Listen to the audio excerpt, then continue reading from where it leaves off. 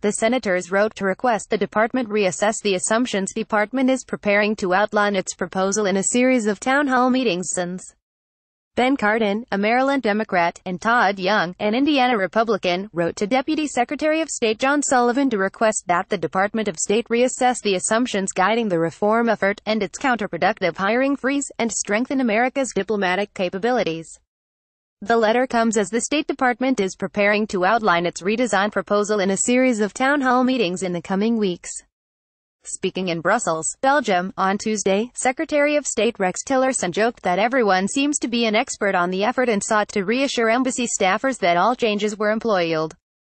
In his remarks, Tillerson outlined a two-pronged approach to develop talent within the agency and to modernize internal practices and technologies.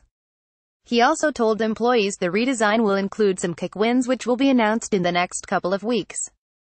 But in their letter, Cardin and Young say they are deeply concerned about the effect of recent changes on the staff and that the Secretary's efforts are putting our nation's ability to carry out diplomacy at risk. Aside from the reorganization, they cite the department's partial hiring freeze and planned budget cuts as troubling. The two senators also criticized Tillerson for a comment he made at a D.C. think tank last week.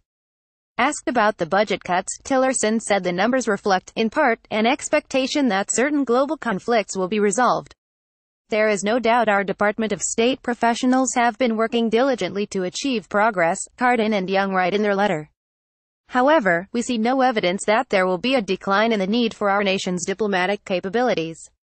On the contrary, in virtually every region of the world we see the need for capable and effective American leadership and diplomacy increasing, they continue.